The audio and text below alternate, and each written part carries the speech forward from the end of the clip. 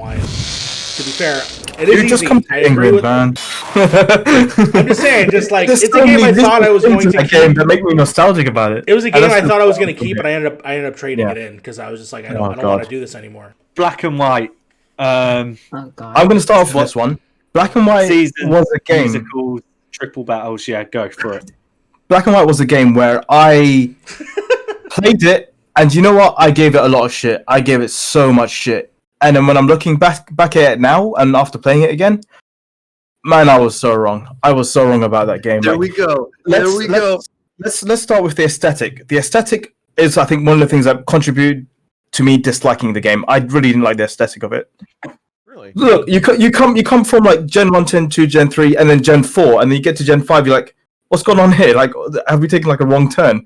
That, for me, I really didn't like the aesthetic. But what I really did like was the story. The plot in this game, I think, is probably one of the best plots in Pokemon history. Like, this guy, like, I agree, Silver's the best rival, but this is one of the best characters ever made by Game Freak. So nice they did it twice. Are I you talking about? Hold on, completely agree. Are we talking about Black and White One. as both games? You're talking about No, one. no, you can't talk about two here. Yeah, you can't talk about two here.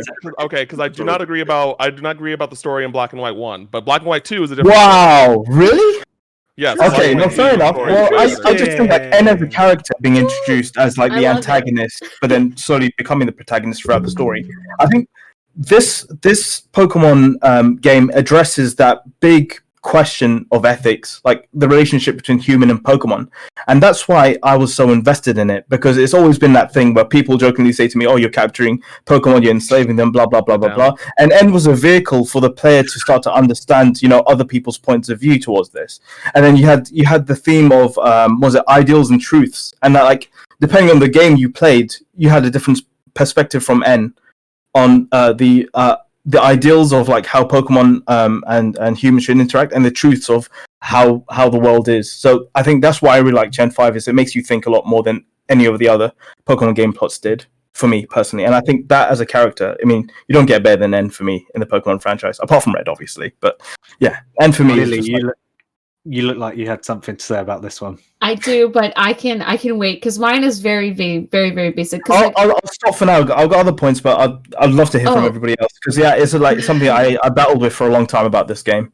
I as well. I completely agree with you, because Black and White, I think, I don't remember when I played it, but I definitely agree with you. The story is what engrossed me, because I think it went really in depth with, Pokemon and the morality of it, like what you're doing with these characters and everything. But something that was really interesting with me was the new triple battle system. I thought that was really cool. I also Remember thought Charles as well. I'm Charles. Yeah. I'm a heartbreaker. Triple battle time. Like, what? Charles, why? But there was also the fact that it introduced seasons. It introduced like how Pokemon would look with those seasons. Like, it really felt like a game. Like, this is where I come with the whole technical element of it, is that like what Diamond and Pearl lacked with like the technicality of it and the transition of like from one gen to another. And I agree with you, like they took what they were doing with Diamond and Pearl and like enhanced it for the system. It felt like a big growth. Like and that's the part that I really liked, was that I felt like I was playing a whole new game technically when it came into the Pokemon world. And I really, really like that, because I think that that's something that keeps me interested in the game. So I'm just talking from a technical perspective. I'm not talking about the story. I'm just talking about like what things they added onto, whether it be quality of life or quality of just the game itself, that really engrossed me. Also, I apologize earlier for my cats. They were very loud. They really wanted to come inside. They don't like that. I couldn't hear Cam and Chaz arguing about Gen 4 and Gen 3, so it's fine. Talking of Charlie, go on. I think something that adds on to everything that Lily said about how it's this new, it feels like a whole new world.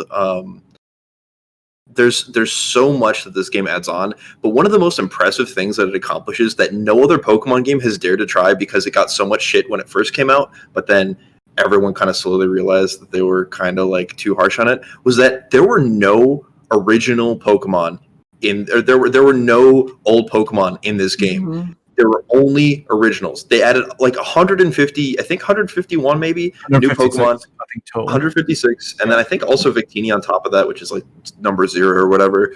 But they added so many new Pokemon on top of that for the main part of the game, which is something that's really impressive because at this point we are getting into like what, year 15, close to year 20 of Pokemon when this game first came out. And at that point, it's so deeply rooted in nostalgia. Everyone knows Pikachu. Everyone knows Bulbasaur, Charmander, Squirtle. You can't catch those Pokemon there. And they still pull it off. There are a lot of really... Cam's going to jump on me when I say this. There are a lot of really fantastic creature designs in there. And I think as often as the complaints about, some of the more modern creature designs are too weird or basic or whatever, I think the same argument can be said about Pokemon from the past. And I think that's generally just a kind of I started playing here dichotomy between the two. I need to hear from Cam. On this. Oh man, I saw his. Yeah, so I played Black and White, and again, I think like from a technical standpoint, this game's fantastic. Like I think the sprite works great. I think it's great. But like I do not. I somehow do remember more about Black and White than I do Diamond and Pearl, and that's probably just because I have had so many negatives compared to positives. Because like when I play a new Pokemon game, I catch Pokemon that I think look cool.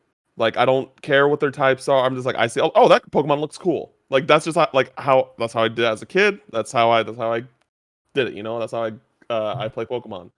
Mm-hmm. And it was hard filling out a team of six Pokemon for me. I was just like, wow, this Pokemon, it's not like, don't like the design of this Pokemon. Like, I think like oh my gosh, like Braviary was cool, I guess. I liked Archeops, the fossil Pokemon. Mm-hmm. I really liked that one. That was probably my favorite 5th gen Pokemon. The ghost ground type, I forgot what his name is, like the golem looking one. Golurk. Yeah, Golurk, yeah. Like he was cool, but it just like overall, like man, I was just like really just nothing was really speaking to me when it came to the Pokemon design there. I don't remember like any of like the cities or the gym leaders or like or anything like that because I just was I just kept on feeling like it. I don't know. It was just like such a disappointment for me. I was so disappointed, and we'll talk about it later. But like, my friend who's like a really big Pokemon fan, like he like talked me into getting Black 2 because he knew how much I hated or I was disappointed in Black. That I did give it another shot. So like, I really really really liked Black 2. I think Black 2 fixed a lot of the issues that I had outside of the Pokemon design stuff. But like but Black is like literally might be my least favorite Pokemon. I'm gonna jump out my window, dude. I can't believe what I'm hearing. You're like literally a scene where like all the gym leaders come up and fight the 7 sages, and you're like, oh my god, it's popping the fuck off. I don't remember any Electra, of that. Skylar, no. Skylar. I'm forgetting the oil tycoon ass dude who's the gym leader from Driftville City, who's just like hilarious. Yeah, Berg. Sorry, yeah. What's my fucking name? So many great gym leaders. Clay, that's it. My name's Clay. I'm on Cam's side too. I don't remember. Me too, Mario. About it. So just out of interest, when's the last time you played it? Because I'm telling you right now, I've been in all your positions, and I can't believe how fucking wrong I was. Now, quick question. I've gone back. Here's a caveat for me. Black 2 and Black 1, were they the same gym leaders? No, there was more gym leaders. But they're all completely different. All right, it's okay. Never mind that. I think there's like 3 different. But I was going to say because then I would be disqualified from this one because I've only played 2. I didn't play the original. Okay. So, but 2, in my opinion, is the I enjoyed 2 more for sure. Yeah. Yeah. Well, 2 is the best Pokemon game. So. Yeah. Sorry, is there a way to kick this guy from the server? Like, just like I'm not even like a mod here, but can I just do that? Oh wow. Okay, what I'm gonna say is like in terms of like Pokemon competitive wise, hidden abilities literally made some Pokemon like from the older games way better. Like Venusaur, for example, just became a god. But the problem I have with Black and White, and especially with Black and White 2, is the power creep that came with it. Like those Pokemon were just way too powerful, especially the legendary Pokemon. They were just way too powerful. and it still carries over to like even modern day. So like Terrakion was like literally unbeatable. So that's got a little minus next to it, but yeah, I can't believe the heresy I'm hearing. If you guys put this at the bottom, I'm gonna. Oh, guys. Yeah, I'm leaving the call if that happens. It's gonna hurt me to. Go for on, it. Lily. No, go for it. I was just gonna say, it didn't vibe with me at all. I've not gone back and played it since, but something about it just didn't. Yeah, didn't I click totally with understand. me. I totally understand. And regarding like when's the last time we played it? Well, like I mean, I think that point is kind of unnecessary if you've played Black 2. Despite it's a different game, but like it's Black a sequel. 2 it's nothing like Black 1. It's a sequel, but it's better. It's sequel, but I it's can understand like in terms of the mechanics and stuff like that. I think I played Black 2 like I think 2 or 3 years after Black. Mm-hmm. So I think the way when I was trying to make that point is the weight I put on the story for Black and White is what pushes me to make it better than Black and White 2. Like I'm not gonna at the end of the day when we come to Black and White 2, I'm not gonna like passionately try to defend like Black and White 1, but I'm just saying the story in Black and White I think is tons better than Black and White 2. Even so, like that's weird. That's the first time I've heard of that because my buddy told me it was like, yo, the story in Black and White 2 is like incredible. Yeah. So that's what got me to it's play. It's a good story as well, but I just don't think it holds a candle to. I think interesting. I think for the story for Black and White 2, I think it's important to acknowledge. Sorry. Sorry, Mario. I'm the Kevin. Don't worry about it. I'm sorry. I wasn't going to say anything good, so don't worry about it. I think it's important to understand that like Black and White 2's story, and I think Kuamil, like if like the same argument that you had for Cam and Sam and Mario going back and playing the original Black and White, I think the same would hold up for Black and White 2 because it capitalized on your attachment to all these characters from the first one. Yeah. And once we get into talking about Black and White 2 more, I'll have more to say about it. But I think that is something that's important to acknowledge is that like liking the characters in the first one will impact the second one. Yeah, that's cool. Possible. I just don't think that my history with the past games still just outweigh anything. I would say for even my time with playing it. And I skipped Black and White because I was too busy listening to the Black Keys and moving on with my life. By the way, if you see me on my phone, it's because I'm trying to find a reference for games I haven't played. So there you go. So Mario, where would you put this?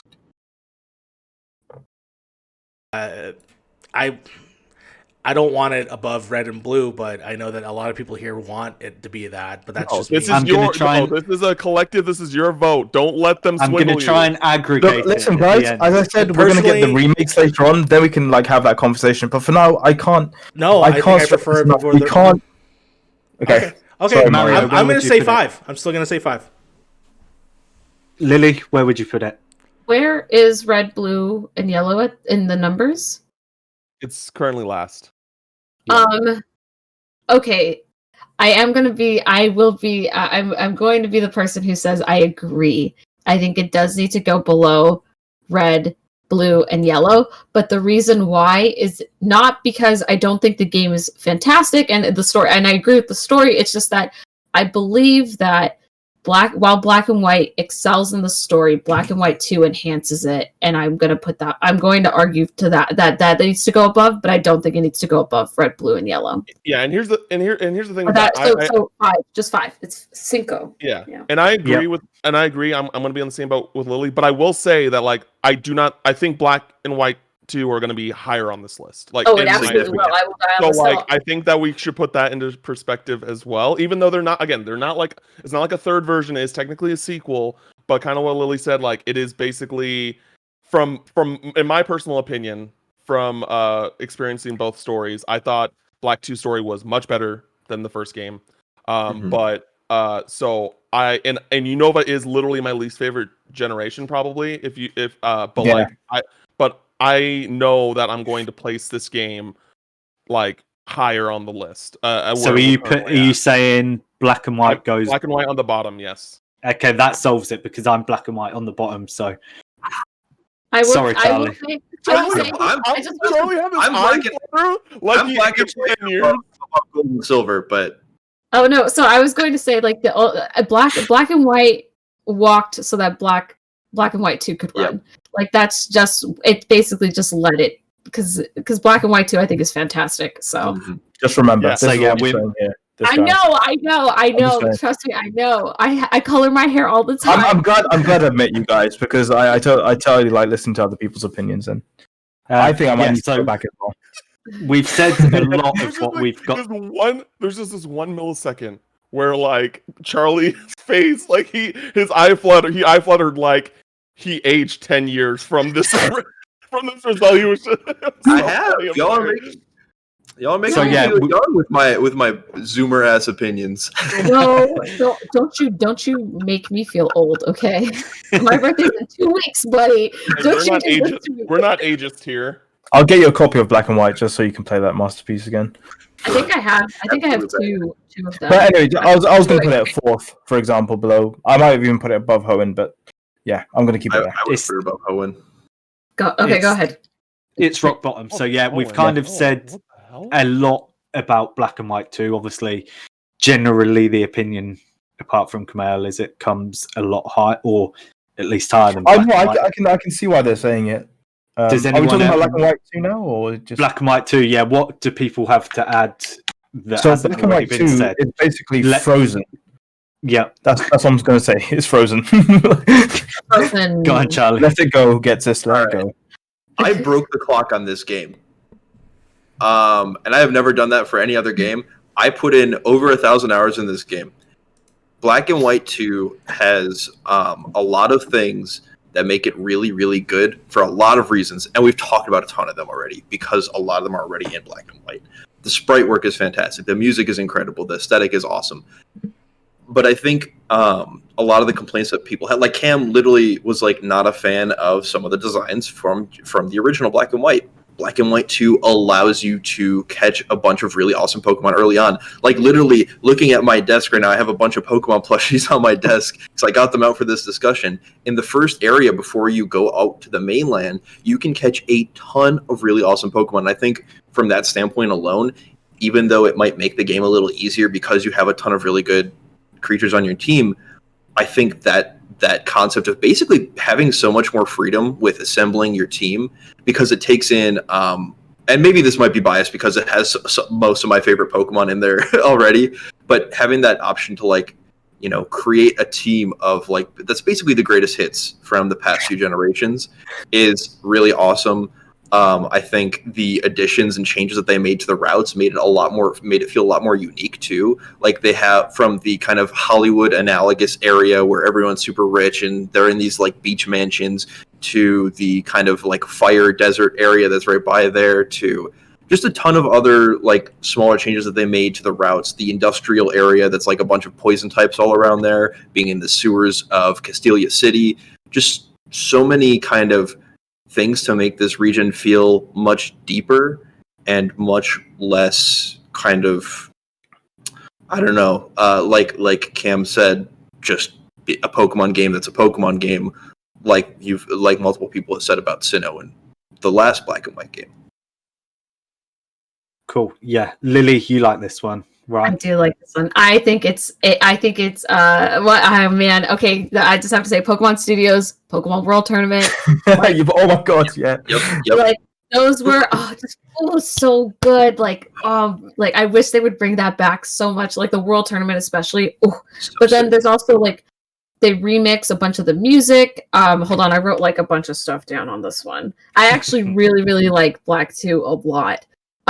There's like new characters, new places, but you still have like you still also connect. If you played Black and White, like the first one, you still have characters that you connected with. Like this is like, what is it, 3 years after the first one? So there's a bunch of other things. Like there's just new things that happen. The seasons are still there. There's like a new team that you have to go up against. Like there's it carries the nostalgia factor. What I will say to make it short and sweet is that it carries the nostalgia factor if you've played Black and White into Black and White 2. But if you choose to play Black and White 2 as your first game and you've never touched Black and White, it still can be a perfect standalone game.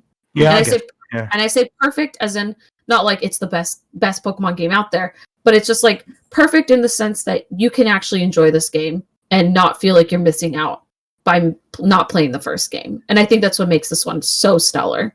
So Yeah, as someone who did not play Black and White, playing Black and White 2 is actually a lot of fun. Specifically, I do remember some of the areas that I also enjoyed. If I'm not mistaken, and you guys can all correct me on this, there's a level, I'm not sure what it is, but there's enemies that are on top of I don't know if it's scaffolding, but they're above. Am I correct? The Shadow Triad. Where they're all, but I'm like in the grass area, but there's like these things, these pillars, like the parallaxing of the world at that time on the way that those games used to be was kind of like unique and cool at the time. I was like, oh, this looks really sweet. I'm gonna shock maybe some people, but I'm gonna say this is the third. This is not number 3 on this list that we have. I actually really do like this one in comparison to even Red and Blue, which is one of my favorites. But yeah, I say it's probably number 3 on this list. Yeah, I would also put it under Hoenn. I think Black 2 is, again, like, I think the story, like, I still prefer the overall story of Gold, Silver, Crystal, but I think that this is by far and away the second best in the series. Like, it's not even close. I think the story's great. Again, like, it made, like, I wouldn't mind going back to Black, replaying Black 2, like, because of just like the abundance of changes in like fixes that it made from Black and White for me. Like Black and White like really put a bad taste in my mouth at the time, and then like I had to be harshly convinced to play Black 2, and when I did, I was just like, this is legitimately a great game. It doesn't have like the Pokemon that I want per se, but like everything else about this game is great. You know what I mean? So I personally would put it at 3, and like honestly, this whole conversation about all these Pokemon games just makes me want to replay all, like, just get a copy of each one, and just like, because we were kids, like outside of like my OG Crystal and Ruby, like, and I recently bought Blue again. Like I don't have any of the other Pokemon games outside of like Ultra Sun and like some of the more recent ones. So like there's like that DS era where I just like need those games again. So I'm gonna definitely go back and like give all these games another shot. I might have Black. I might have 2 versions of either White 2 or Black 2. And if I do have one, would you want one? Here we go again. Where are we ranking this? Tell me. So is anyone gonna argue against third place? I'm going to put it exactly where people want to put it. In fact, I'm probably going to put it above Hoenn as well.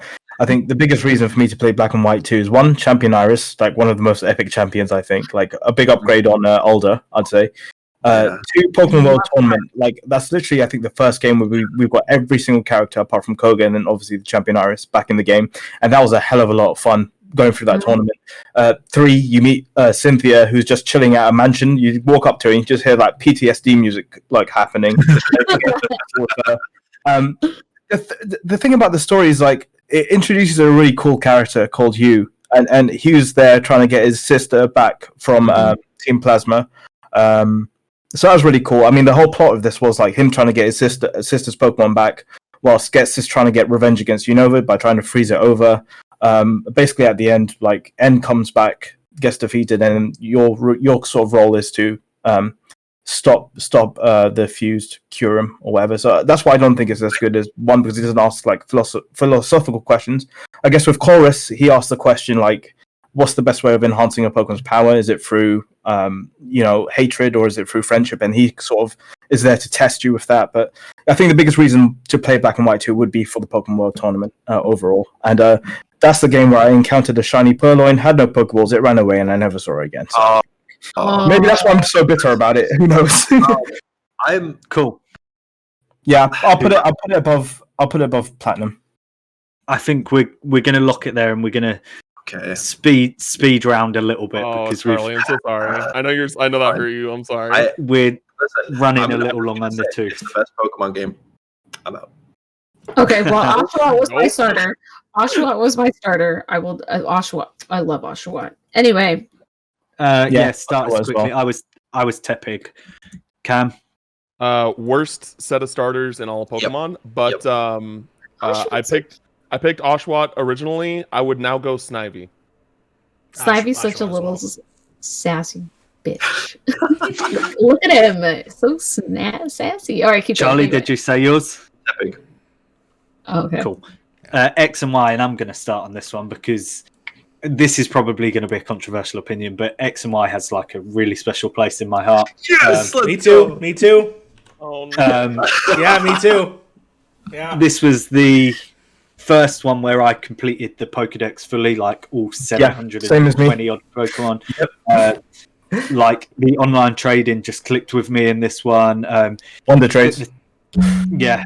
I think the 3D graphics, looking back at them now, is like, but at the time it's like, holy shit, Pokemon's gone 3D. This is what I wanted. And yeah, I just had like a really good time with it. Didn't particularly love the Mega Evolutions, but I liked going around finding the Mega Stones. And it just added like horde battles, loads of different stuff. So it really vibed with me, that one. You could play with your Pokemon as well. Yeah, in it. yeah. Pokemon and me. Stuff like that. Yeah, For so sure. I have some distinct thoughts about X and Y. Cam, you go first, because I'd like to. I think we're going to disagree a lot on this one. And I want to go as well. So when X and Y was announced originally, I was like kind of similar to how I felt about Sword and Shield too. Was like, oh, this is what's gonna like really get me back into Pokemon. Like this is gonna be the game because they're going 3D. Like, you know, I liked what I was seeing and things like that. Because, you know, it's like, man, when are they gonna make like a mainline Pokemon game like XD, Gale of Darkness, like Coliseum, like that type of thing? And then we're finally doing it. I'm like, yes, this is great. But my main issues with the game is it's fucking easy as shit. It is like a cakewalk to get through that game. I beat the entire Elite Four with one Pokemon. I'm not joking. Literally a Lapras. I you know that Lapras you get in the game? I literally trained because Lapras is one of my favorite Pokemon. I'm like, oh cool, I'm gonna just have Lapras on my team and I was able to defeat the entire Elite Cam, Four. you know the Elite Four soundtrack? It's so good, and like it's exactly like you say. You never get to the good bit because you've defeated them by that point. It's like it's unbelievable. Yeah, and it's just like it was one of those things where it's just like, man, this game is way too easy. And again, like I beat the Elite Four super easily. It was really disappointing in that sense. Mega Evolutions, like at first I thought, well, no, I don't actually know. From the beginning, I didn't like Mega Evolutions. Like, this doesn't make any sense. I don't like this. Like, you know, that was like the one thing going into X and Y that I really wasn't a fan of. Yeah, I don't know. Like, I think it's more or less a mixed bag for me. But I think it's just one of those things where I was really disappointed with just how easy the game was in general. Did you play with the XP share on? Yes. Okay. Yeah, that's why. Why wouldn't you? Like on your first time, at least. That's the easy mode. Yeah. Lily, you were chuckling away there. What were you laughing at? True. Because I was seeing everyone's reactions. It's very funny. No, the only thing I would say, you never use XP share when you play Pokemon? But like, no, that's the easy mode though. I leave it on because like I'm just like, you know, there for a good time and then battling a lot in the post game. I think when people talk about hardness in Pokemon games, I think the big thing they don't realize is that in the older games, and this is my personal experience, it's just because like you have to grind a bit to level up, and like when you come across like certain trainers, like, oh, I'm not leveled up enough, and that's why I'm losing. But like as soon as you turn on the XP share, everything's just so easy to go past. And that's, we're gonna get there, but like Sword and Shield, I can't believe they force you to use it because like my team is just way too powerful by the time I get to the end of that game. Sorry, did someone want to talk about X and Y? Because I've got. I was just gonna say the only thing I didn't like about X and Y, which made me feel like it kind of killed a lot of my love for it, was the what is it called, super training? Like it was. I hated super training more than anything in the world, and if nobody knows what super training is, I will tell you what it is. You have your 3DS, you tap the bottom of the 3DS, that causes your Pokemon that you're using to train to just hit a punching bag, and it levels up and like gains XP by that. I just think it annoyed me so much because instead of putting some hard work and battling Pokemon or going around and doing things to like train your Pokemon, all you have to do is just, if you have like an hour or something, you just have to touch screen, just do touch screen grind, just grind it out. And I thought that just really killed a lot of my excitement for Pokemon itself because it just made it so easy from that perspective. But granted, that's like one small bit, But that's why I didn't really like X and Y at the time, because so many of my friends would have like overpowered Pokemon, and you're like, "What'd you do?" And they're like, "Oh, I just touched the screen, and it's like, you know, like I just got some time and I just touch it, and that's all I have to do." And I was like, "That's bullshit! Like, what? This is not a Pokemon game to me. Like, are you kidding me?" I fundamentally agree with that part. But that's what made me so mad. I will say though, my favorite game in that section is when you like can feed when you get the EV that way. That is the only. That's the part that I like the most. Everything else, I'm like, I can't care less about. But yeah, that's what made me really mad. And then Oh, and horde encounters too. I enjoyed horde encounters. I didn't like it, but it was also like it just Shiny City, baby. Yeah, if you were a shiny collector, that made a lot of people happy. But for me, I just thought it was such a weird introduction. To me, it was just weird. I don't know. It was a nice change of pace, but it didn't like particularly add on to the experience, if that makes sense. Yeah. But yeah, I think that's the thing that made me mad about X and Y is like it's not even story related or anything like that. It was just the fact that they basically made training Pokemon all you had to do was touch a screen. And if you had the time to do it, you could do it. And I think it killed the fun if you wanted to go up against your friends. Because it's like, yeah. Cool. Kuamil, go. Oh, okay. I'll just say like X and Y for me was a tech demo where they transitioned to 3D. Here's a test of a game. There you go. The champion wasn't anything to sniff at compared to the ones we've had previously. She was just there for some reason. Mega Evolutions, I was really against that at first. When I saw Mega Mewtwo, I was like, what the hell is happening here? I've grown to like him since, especially in a competitive sense as well. They're a lot of fun to use, and like some of your old Pokemon are reimagined in another way. So yeah, I can see why people don't like it, and I've just grown to love them. So X and Y tech demo, I enjoyed the games for what they're worth, but I didn't think they were actual games. Yeah. So X and Y kind of hit at a time where I was like, it was kind of a weird crossroads in my life. I was super involved in like this is going to be really funny. I was on Google Plus all the time in the Pokemon community all the time, and I was like following the hell out of the X and Y like pre-release cycle. Like I was on there when people got like their hands on early copies of the game and stuff, and like looking at all these designs. I was like so excited, and then I was kind of realizing like at the same time, I guess I was in middle school. And middle school is like when kids are shitty to each other the most. And I was bullied a lot for liking Pokemon. And so I was like, or not bullied, I was made fun of. I was made fun of a lot for liking Pokemon. And I was kind of at a point where I was like, I'm going to quit Pokemon after this game. And playing X and Y kind of just fully reinvigorated my love for this game. And so that definitely does add a slight bit of bias. But I think X and Y has like stellar music. It looks like, even though the 3D thing, it's getting a little old, it looks really good.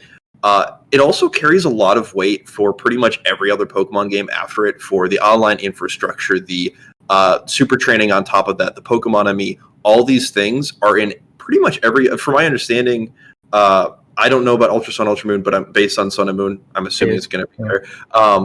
These things that are kind of just like quality of life improvements for people who want to do competitive, or people who want to like get a Pokemon that's maybe under leveled compared to the rest of their team up to snuff, is really important.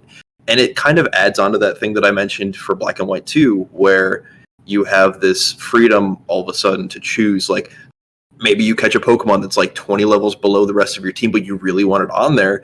It makes it a little easier for you to level it up. It makes it easier for you to train it. It makes it easier for you to make it stronger. From that standpoint alone, I think that's really important, especially for a series that, again, is so rooted in nostalgia.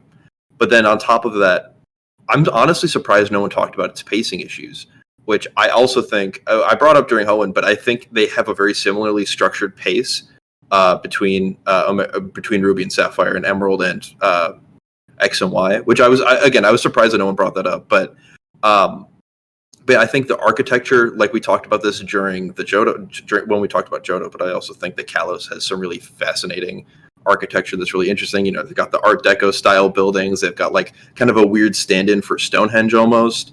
Lots of really cool, like the European, like the Paris it's based off. Yeah. It's based off France, and like that. yeah. And I'm also a big Francophile, so there's that. So I'm also biased there. So yeah, right. Not related to the games. Well, that's very tight, but not related to the games. XY gave us the best anime as well. So, we can rank the anime later. Sorry, well, I'm not gonna agree on that one, but X and Y, like I like the X and Y anime actually was pretty good. But I was surprised at how much I liked it. But what I wanted to say was like I think the reason like X and Y moving forward, I think a big issue with all the games moving forward that I have is that like X and Y is the first game you were talking about, like kind of on the competitive side, Kuamil, that whatever its new shtick is feels like it's obviously meant for the competitive audience of Pokemon and not the casual audience of Pokemon. Like, yeah, Mega Evolution's just like on its forefront, like, oh yeah, that's cool, Mega Evolutions are a thing.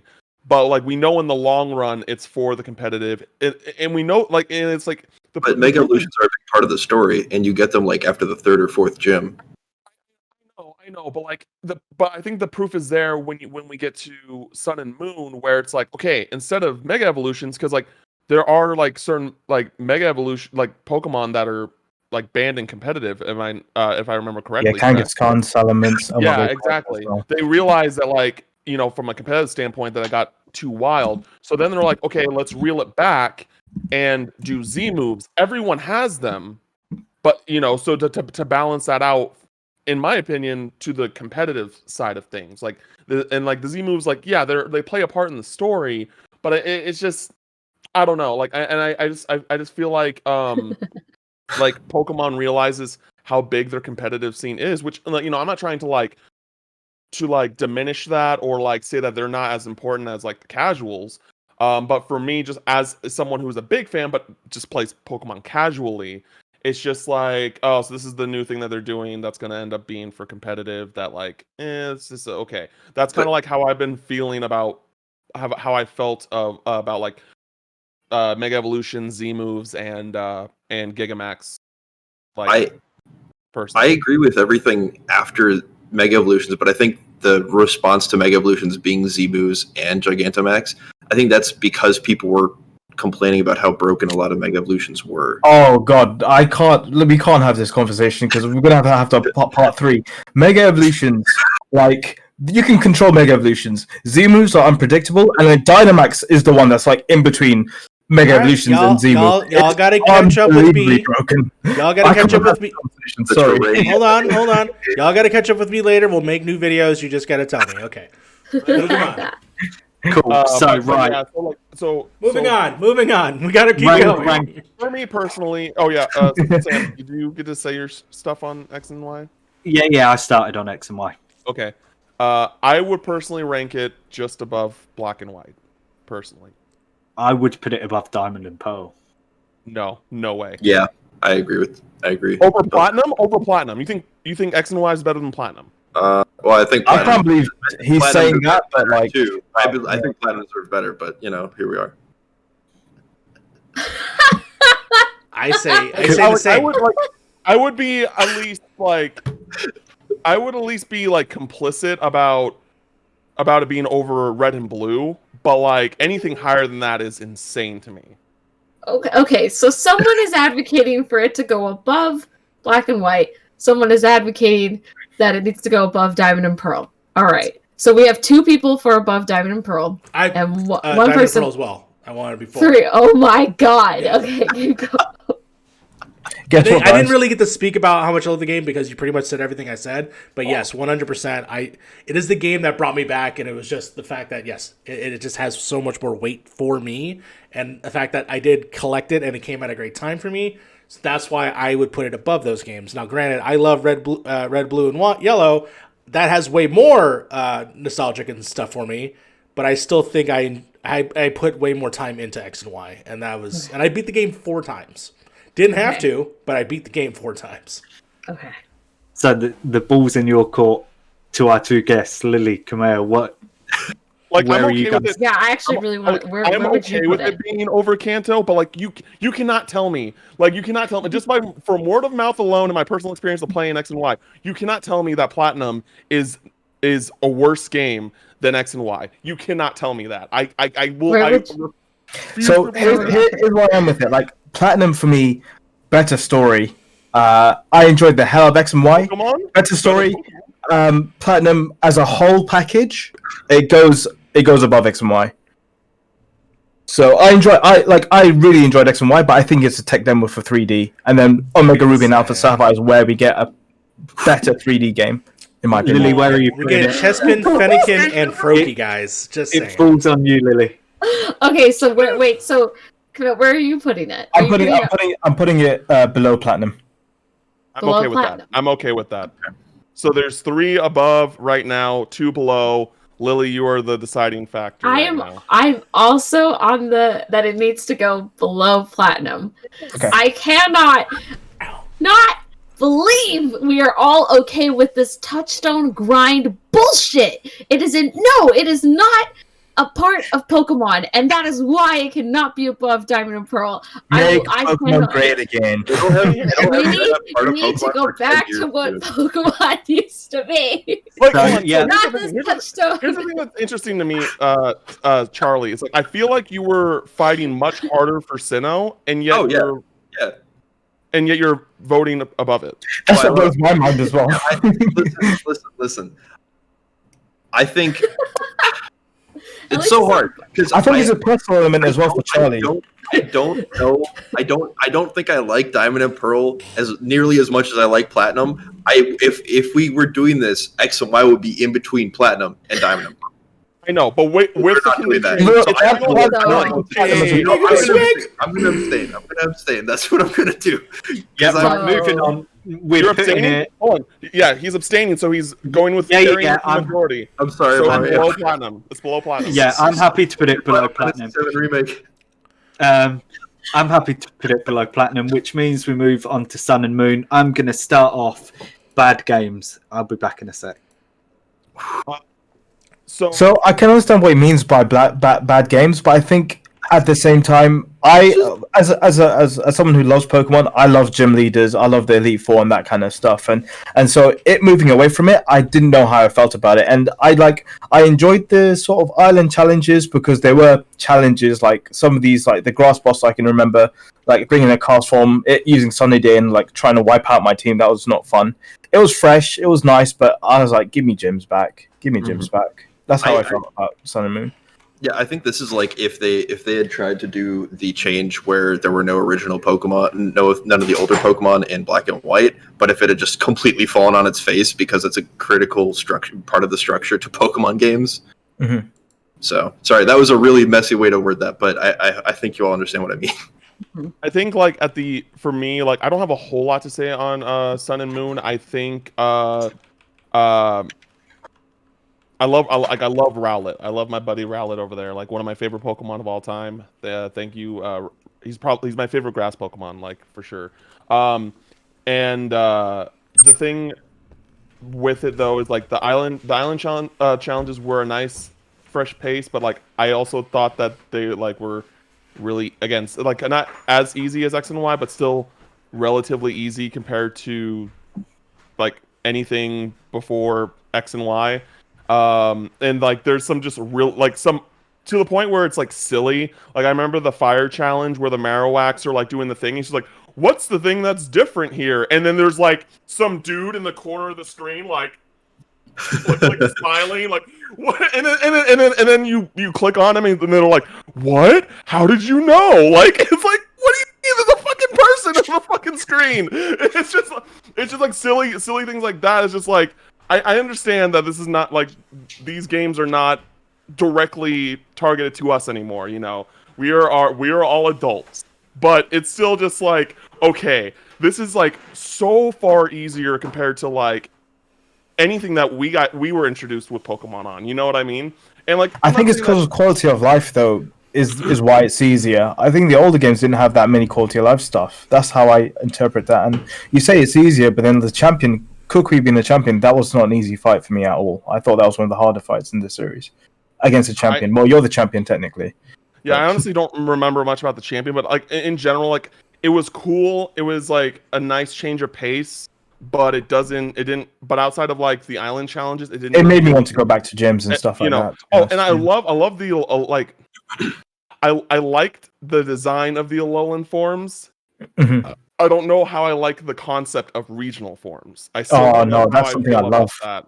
Because like it's just one of those things where it's one of those things like if it was introduced earlier into Pokemon, where it's like we're not in the 7th, 8th region now, and it's like, and then we're now introducing, oh, there are different forms of Pokemon. Like, I would probably be more on board with it, but it's just like, it's taken this long for you to like bring up this concept that just I feel like realistically, granted it's a fictitious world, but like realistically, I feel like would have been discovered by now.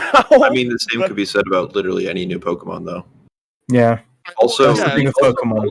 also looking from that standpoint too, looking at the Alolan form specifically of a lot of Kanto Pokemon, that was kind of a point in time, and it's the jury's still out on whether or not they're doing this as much. But that was an era where the Pokemon Company was going really, really, really hard into the into what, in my opinion, is nostalgia baiting for Gen 1 stuff. Well, you have to think, like, when you think about when these games came out, this was during the 20th anniversary. Yeah. So, like, yeah, they had to put some stuff in there. Yeah, go ahead. Yeah, I was just going to say, for better and for worse, I think that's just, like, an important... It's relevant then, because that's what the Pokemon Company was trying to do at the time. Sun and Moon looked like a celebration of the Pokemon franchise. Like, you had a lot of old characters coming back, even some of the newer ones, like Colress, for example, he came back. Alolan forms, they made a lot of sense because of how they introduced them, saying like, oh, these Pokemon, this Rattata is a dark type because they had to hide from Yungoos and stuff like that, and that's why it genetically changed. So I guess they introduced Alolan forms, made sense to me, so that's fine. But yeah. I think I agree with Cam. Like, it was a nice change of pace, but it's not ultimately something I vibe with all that much in the end. Yeah, same here. I do like Z moves more than Mega Evolutions just because it's more balanced. Too, that's another factor. But yeah, there's two ways we're looking at it though. Like, it's balanced in the fact that more Pokemon are now useful to you and can have like a chance like competitive. But at the same time, when you're playing competitive, like if any Pokemon can have a Z move, it makes it harder for you to predict which Pokemon is going to use the Z move, and therefore you can't really build a team properly to counter someone else's team. That's the only thing I'll say about Z moves, but they were a fun addition. I think they do balance out Mega Evolutions in that sort of way. They complement each other, I'd say so. Yeah. Cool. Lily, thoughts? Perfect. Here's my time to shine. I put this thing below Black and White. Okay. That's what I say, because I really didn't like.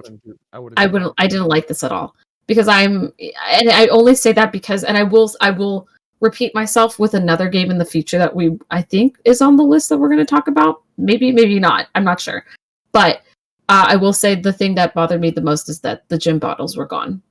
Yeah. Like, if this is supposed to be a celebration of Pokemon for the 20th anniversary, then it clearly did not shine in what made Pokemon so great. Yeah.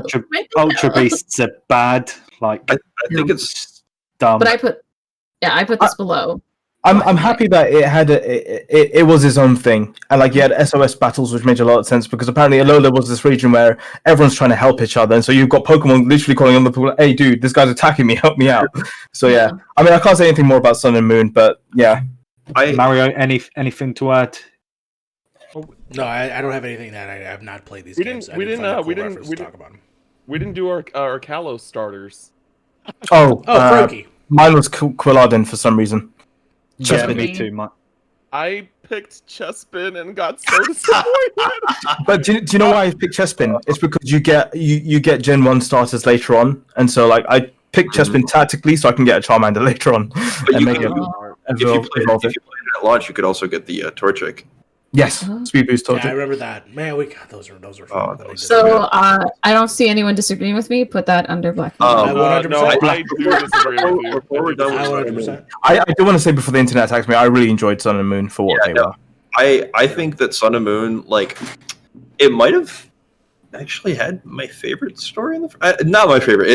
I think I liked its story more. The Ultra Beast. Sorry, how can we forget that? Yeah. but I think the characters were a lot more, like, not necessarily compared to Black and White and Black and White 2, but I think compared to pretty much every other game, I think the characters were more consistently interesting and deep. in a way that Pokemon hadn't really done. And I think it kind of makes me excited for like, I mean, obviously we saw kind of some of that in Sword and Shield too, but it makes me excited for like what we see next. Yeah. Cool. So Lily wants to put it bottom. I can kind of agree with that. I would probably go below Black and White. It was the first Pokemon game like I've ever fallen off before the end. Like I couldn't even see it through. I genuinely didn't enjoy it that much. So I would happily put it bottom. Cam, where would you go? I'd put it above X and Y. I'd put it above X and Y. Ooh. Charlie. Man. Let's go. I thought I was going to be. I'd put it. It's about Black and White for me. Oh wait, I need to look at the. I'd put it. Oh, then I mean, I'd put it below X and Y. Oh, so we're at a three-way tie. Well, we're okay. It's not. No, it's not a three-way tie. It's below X and Y. Immediately below X and Y, yeah. Because I still think it's better than. Oh, you guys said above X and Y, right? Yeah. Oh, okay. It's below for me. So we are the majority. Where would you go, Mario? I wanted the bottom of the list, but I'll go below. No, Mario, no, Mario, don't be swayed. Don't. If we go above Black and White, but below Red, Blue, and Yellow. One of us. I still can't believe Black and White. Okay. Red, Blue, and Yellow. Red, Blue, and Yellow is. Is X and Y above? X and Y is... I gave you the list. The list is in the chat. Oh, then I'm putting it. I'm putting it above Black and White. Like I'm on the bottom tier with y'all. Like, I would definitely. Okay. Yeah. I'll settle if Lily lets me. I'll settle for that. Much better game. I'll compromise. Yes. Okay. I agree with Sun and Moon. If Sun and Moon getting last is going to be my biggest L tonight for this, then I'll take it. Like put Black and White above Sun and Moon. I'm sad about it, but but I definitely would not put it above. I think are we happy to agree that it goes above Black and White, below Red? I'm not happy, but I'll comply. It's going above Black and White. It's a better game than half the games it's below anyway. But yeah, I'll put it below Black and White, but the list is below Black and White. You want it below Black and White or above Black and White? Hold on. Who wants it above Black and White? Who would ideally put it above Black and White? No, put it down. Put it down. Put it below. So it's going below Black and White. It's at the bottom. Okay, so I'll move this. Okay. Cool. I feel satisfied all of a sudden. Charlie, I didn't want this to happen. This is where we're at, you know? Sun and Moon 2. I didn't play it because I disliked Sun and Moon. It's a complete rehash of Sun and Moon, but like if I could just have this as DLC, I would have been so happy. The things that stand out about this game are two things. You got episode Rainbow Rocket at the end. Brilliant. And then you have the Ultra Necrozma fight, which absolutely destroyed me a few times with some epic soundtrack. But apart from that, it's basically Sun and Moon again. So, yeah. So just to like kind of expedite on time, especially because we like have Sun and Moon on the bottom. I think we could all just agree, like, except for Charlie. I'm sorry, Charlie, that this would just kind of just go just right above Sun and Moon in the ranking. Yes, that's it. What would? Ultra Sun and Ultra Moon. Oh, I haven't played it. I haven't played it. Oh, you haven't played it? Yeah, I haven't played. We get the battle tree, and we get a lot of classic trainers back in the battle tree as well. So this has to go above Sun and Moon. Yeah. So above Sun and Moon, and we can just kind of move on. So this is 8 then. Sun and Moon 2. Yeah. Okay. Yeah. That was the fastest one. Oh my wow! Honestly, it could kill rocks as far as just wait. It literally was the same game apart from 3 things. Like literally. Yeah. So starters. Rowlet. Middle Gear. I don't have one. And then I had Poplio for Sun and Moon 2. Poplio is the worst starter. Poplio. I love the final evolution of it though. Water Fairy types are great. Charlie, who were you? Charlie, what was you? Linton. Yeah, I do fire the first time every time I go through a region. Oh, you know what? Linton's kind of cute. Yeah, Linton. I like Linton. Linton's cool. And Incineroar is hilarious. Incineroar is a wrestler cat who like. Oh, 100%. Never mind. Yeah. Kenny Omega wrestler. Yes, I'm all about it. Yeah. Cool. So this one's going to be one of the most interesting ones for me, I think. Sword and Shield. Lily, go on. You can start us off with this one. Oh man. Okay. I hate Oh my goodness. Okay, well, I did not. At the end of the day, I did not like Sword and Shield. That's really where I'm going to start this off with. And the reason why is because it was so easy. There were a lot of the forced XP share was really annoying. I truly believe that they missed the mark on really developing any of the characters that we met. The fact that there's no music when I don't remember even the name of the gym leaders, like the specific gym leader who's like a rock star and all of his like Spikemuth Town. Yeah. And they introduce him as singing and playing, but you hear no music whatsoever. Yeah. Everything like it's so unfortunate because I really do feel like this is just like we've said, like just like we've repeated in other games. This just felt like a tech demo for the Switch or a Pokemon game, but it truly missed the mark in so many ways. And it's so unfortunate because I'm going to advocate to put this at the not the complete bottom of the list, but I don't think it should go above Black and White. And that's just because of how I truly feel like this is the most disappointing of the whole series. And that I hate to say that, but Sword and Shield just disappointed me. So anyway, I have nothing good to say about it. That's really how much I didn't like. Now that's messed up. That's what I'm gonna be like. That is messed up. I'm sorry. It's just like I do. Besides, like the Pokemon, like I do feel like there are certain Pokemon that I really did like. But Pokemon aside, I didn't like. Hello, I didn't like. A wild cat appears. I just didn't like a lot of it. Like I feel like you can put those Pokemon in a different game, make the game better, and then Sword and Shield is irrelevant. But that's really that's my opinion on it. And Cheryl, don't touch the mic. Don't do that to me. Anyway, that's it. I like I'll go last on this one. I like Sword and Shield, but I think it kind of reminds me of X and Y if it didn't have the charm and the character to the same degree. In a lot of ways, obviously, like we said, there's the tech demo aspect. There's, it's still a really fascinating design for a region. In a lot of ways, it's in some places genuinely really pretty, and in other places it doesn't really hold up even after barely a year. But I think that it has. Just like just like X and Y did when it first came out, it has so many awesome quality of life updates and changes, especially for people who want to get into competitive play. That I know a ton of people who've like kind of given competitive play a try for the first time since they've started playing Pokemon, who've been playing Pokemon for 20 years now. And I think that that's a really important thing, is that it's the Pokemon Company is slowly working towards making all levels of play for the game more and more accessible. Not necessarily from like an accessibility standpoint, from like, adding features to allow more people to play with disabilities, but for people who might not be as well versed in competitive Pokemon meta, stuff like that. I think it makes it so much easier, and I think that's really important, especially as the popularity of Pokemon as a competitive game grows. Yeah, I mean, sorry, go ahead. Go on, Cam. No, you go. For me, no, you go. I really, I thoroughly enjoyed Sword and Shield. It's probably in my opinion, it's my favorite Pokemon game since Sinnoh. Wow, that's surprising. Dude, I'm gonna get roasted. I'm gonna get roasted in the comments. I already know. People are trying to come after me. I don't think. Look, this is the thing with this game, and I think Cam, like listening to Charlie, listening to you, listening to Cam, you're all right.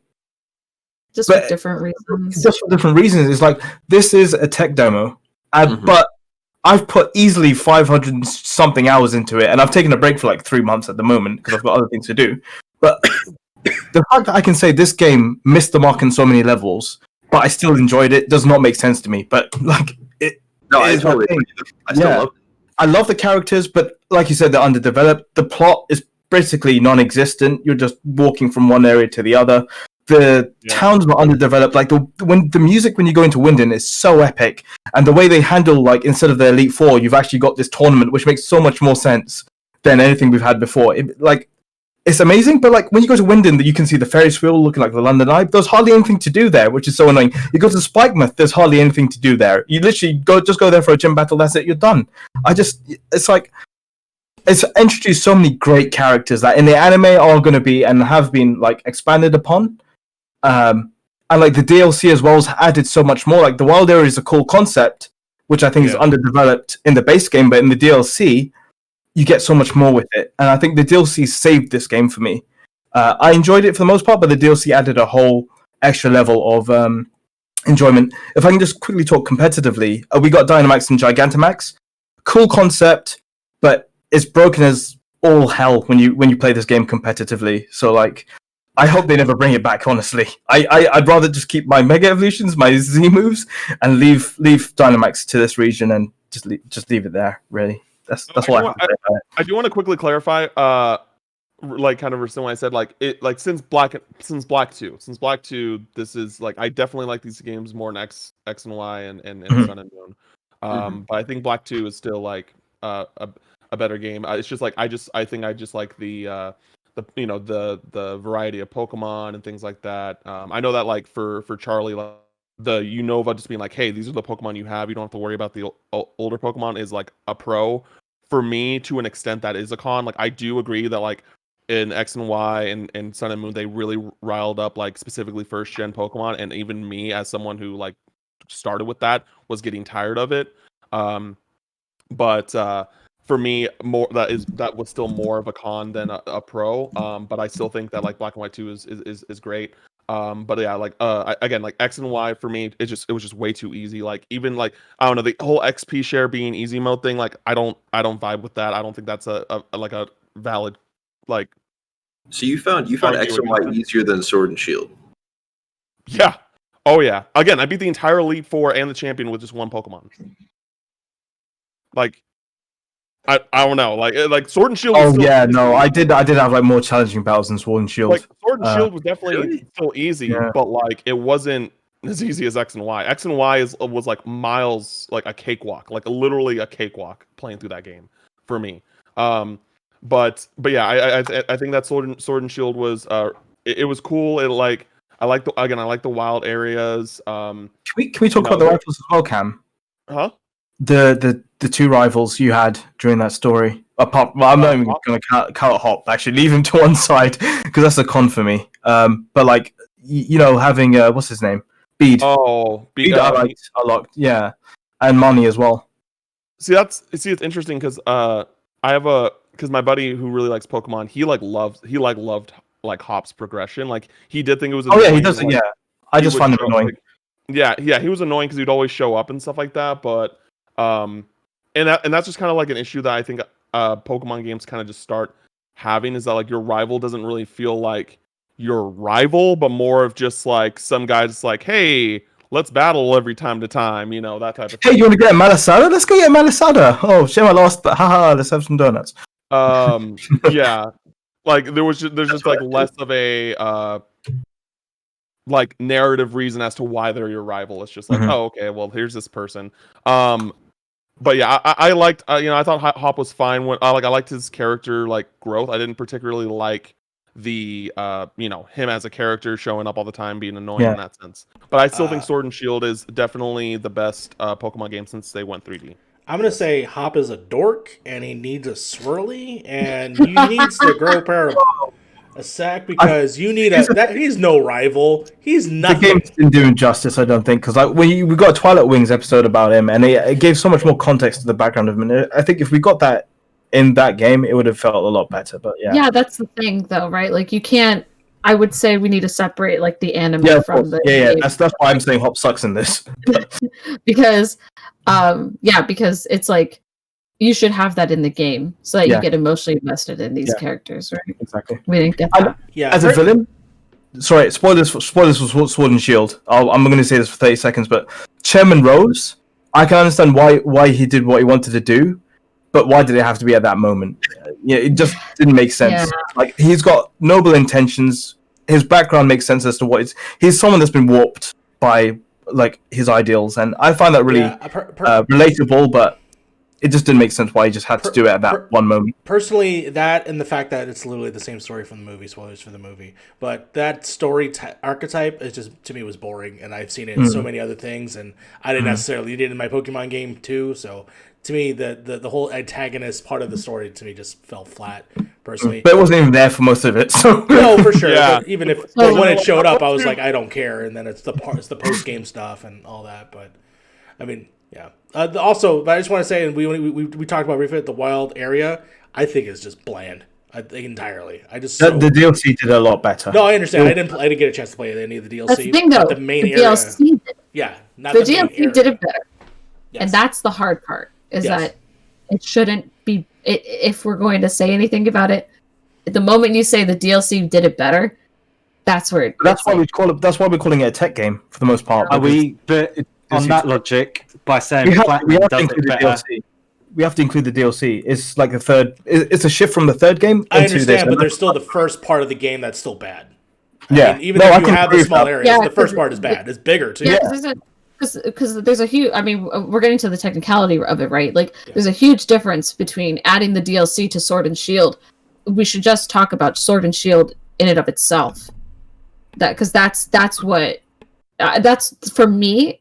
That's the biggest thing. It's like Sword and Shield is the base game. You cannot play the DLCs without the base game, and that's, I think, the biggest thing. Like, we're adding Platinum and Emerald and Crystal and all of those because they are on their own game. You can play them without the other two, and I think that's what we're. I can see the argument, but it's hard for me to get into that conversation because we're not going to get an Ultra Sword and Ultra Shield or a Pokemon Gun version anymore. This is like a direction Game Freak had taken, and I can totally talk about just the base game of Sword and Shield, and like everything I say reflects that. But as I said, the DLC makes it better. But okay, we can talk about the base game in that case.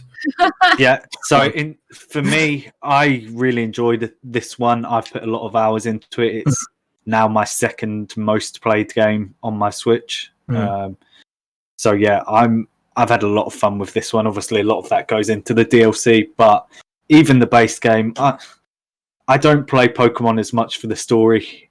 I play it just for the fun of playing Pokemon. So for me, the lack of story didn't hurt it that much, and I still had a damn good time with it. So personally, I would put it higher, but I think I've got a chance of maybe getting it above X and Y. That's where, based off this list, and we decided as a collective, that's where I would put on the list as well. I'm in total agreement. Personally, Lily's I wouldn't have X and Y hard. above Kanto, but we are. So that's why I can't put it under X and Y. So I got to put it in between Sinnoh and Good music, good characters, enjoyable for the most part. That's how I'm going to summarize Sword and Shield. I'd put it immediately below X and Y. I think the two are very similar in a lot of ways, to me at least. And I just ultimately enjoyed X and Y more because of its music, its character, its design. Lily wants it rock bottom, right? Yeah, below but if Black and White. I would put it below Black and White. But that is, but if I had to agree with anybody, I would put it below X and Y. Mario. In my heart, it's below X and Y. But, Split vote. But I think, Then.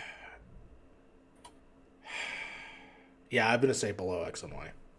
Okay, so we're at a split vote. So we have to keep talking about it. I'm going to be on. So, if thinking about it logically, in terms of none of us would put it any higher than where it is, but people may put it a lot lower, i.e., Lily would go rock bottom.